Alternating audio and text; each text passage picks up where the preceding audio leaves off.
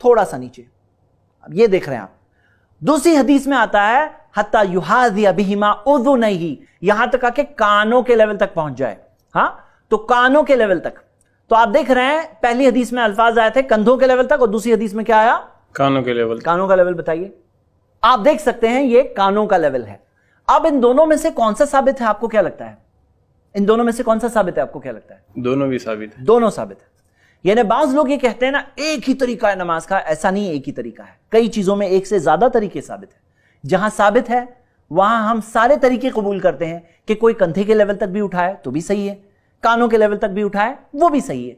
अब बाज लोग क्या करते हैं, कानों की लौ को छूते हैं ऐसे, इसके बारे में कोई भी सही हदीस नहीं है।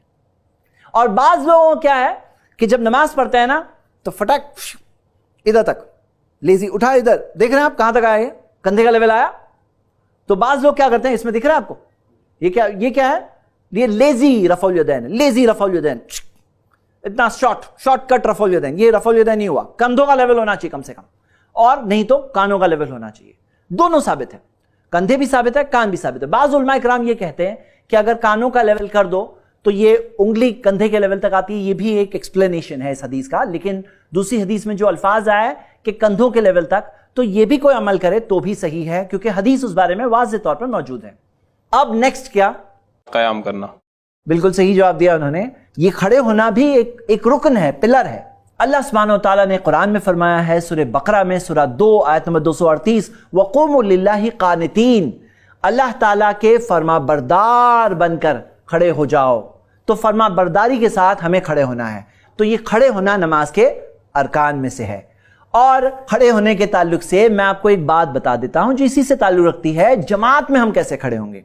खड़े होने में हम सबको ध्यान देना है कि आप देख रहे हैं कि बिलाल भाई की उंगलियां किस तरफ है, किबला रुख है।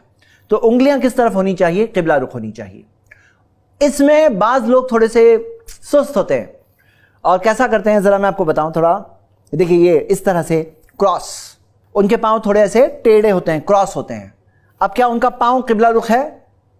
आप देख सकते हैं क्या है वो किबला रुख? तो नहीं है, ये रॉन्ग बता रहे हैं, वो रॉन्ग भी करके बता रहे हैं। तो ये सीखना नहीं है, ऐसे नहीं करना है। कैसे रखना है बताइए?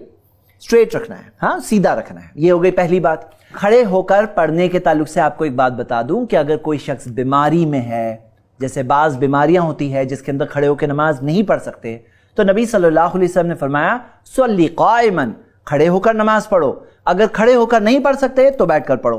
अगर बैठ के भी नहीं पढ़ सकते फ़अला जंबिन, तो अपने पहलू पर यानी लेटे हुए नमाज पढ़ो, लेकिन नमाज छोड़ने की इजाजत नहीं है। ये हदीस